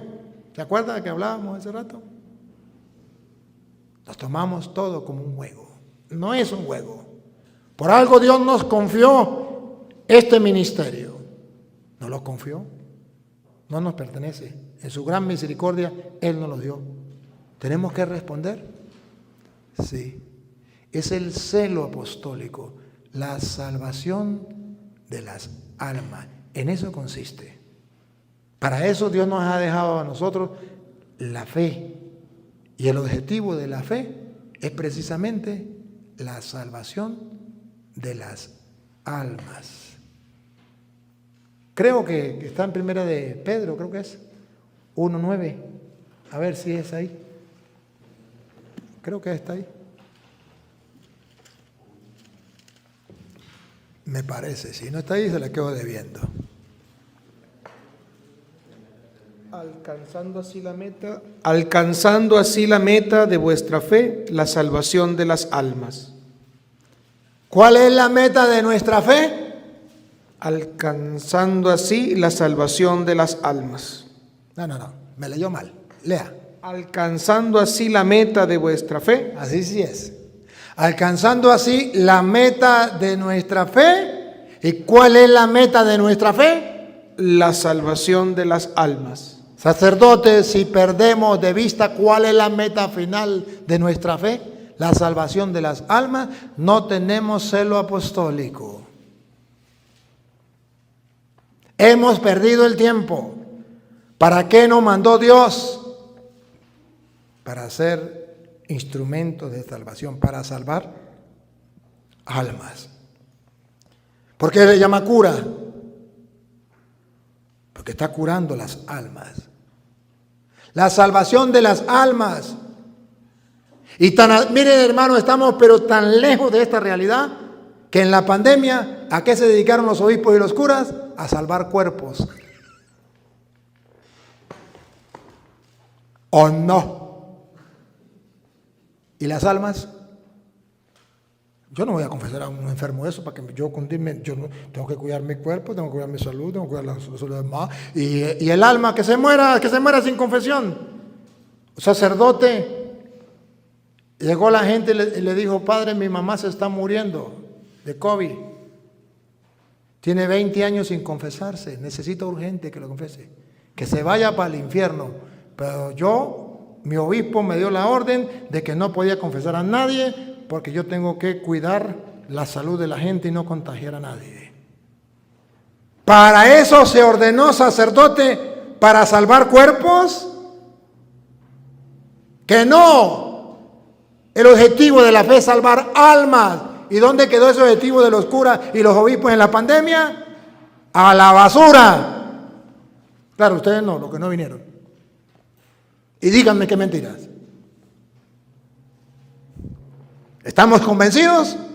No. Hacemos como Vicente. ¿Para dónde va Vicente? Para dónde va la gente. ¿Hay convicción? No. Por eso he tratado de mostrarle y voy a tratar de mostrarle la palabra de Dios estos días para que si ustedes quieran tengan convicciones plenas, firmes, sólidas y que ustedes puedan ser luz en medio de la oscuridad y puedan ver las cosas claras y no se dejen engañar por el mundo. Cuando Jesús dijo no teman a los que matan el cuerpo, ténganle más miedo a los que matan el alma, porque la tarea de un sacerdote es salvar almas. Hermanos, el Señor nos va a pedir cuentas a nosotros al final.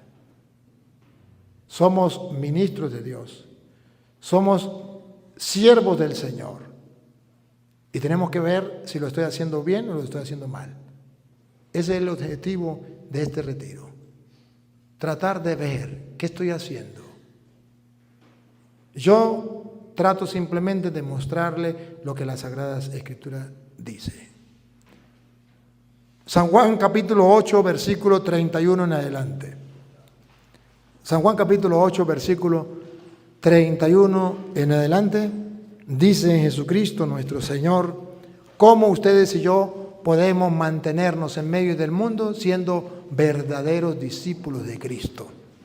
Porque el mundo nos engaña, el mundo nos lleva al error. ¿Cómo mantenernos siendo verdaderos discípulos de Cristo? No falsos, auténticos, verdaderos discípulos de Cristo. La tentación es ser uno más. Discípulo de Cristo, pero falso. Va. Decía pues Jesús a los judíos que habían creído en él. Que habían creído en él. Si usted cree en Dios, bueno. Si cree en Cristo, bien.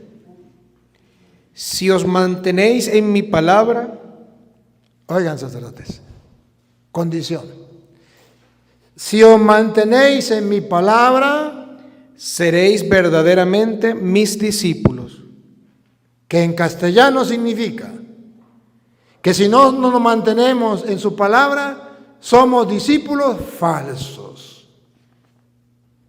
Nos engañamos y engañamos a los demás. No podemos ver con claridad qué es lo que Dios pide. Seremos discípulos, no dejaremos de ser sacerdote o de ser obispo, no lo dejaremos, porque tenemos ese ministerio. Pero no estamos actuando como verdaderos discípulos de Cristo. Pero si ustedes se mantienen en la palabra de Dios, serán verdaderos discípulos míos, bárbaro. Entonces no es que el cura Toro esté loco, es que el cura Toro cree en la palabra de Dios. Y quiero hacer mía estas palabras. Yo quiero ser verdadero discípulo de Cristo. Y por eso trato de mantenerme en su palabra. Lo que Él diga, mande, Señor. Repítalo. Si os mantenéis en mi palabra, seréis verdaderamente mis discípulos. Conoceréis la verdad y la verdad os hará libres. Digo, Cantinflas, he dicho. Caso cerrado. No se hable más. Si nos mantenemos en su palabra, conoceremos la verdad y seremos libres. Libres para predicar en cualquier parte del mundo delante de quien sea. La verdad es verdad. Gústele a quien no le guste, punto. No estoy para agradar a la gente. Estoy para predicar el evangelio de Cristo, que es lámpara para nuestros pasos, luz en nuestro sendero. Te alabamos, Señor. Te bendecimos, te adoramos. Te glorificamos y te damos gracias porque nos has llamado para tan alto ministerio. Ser embajador tuyo en la tierra. Ser el vigilante. Ser aquel que pueda guiar al pueblo al reino de los cielos. Bendito sea. Gracias porque a través de tu palabra podemos ver con claridad el camino a seguir. Gracias, Señor, porque tu palabra es lámpara para nuestros pasos, luz en nuestro sendero. Ayúdanos a ser fieles en el ministerio que tú nos has encomendado. A ti, Dios, que quiere que todos los hombres se salven y lleguen al conocimiento de la verdad, a ti sea la gloria, el honor, el poder, la adoración por los siglos de los siglos. Amén.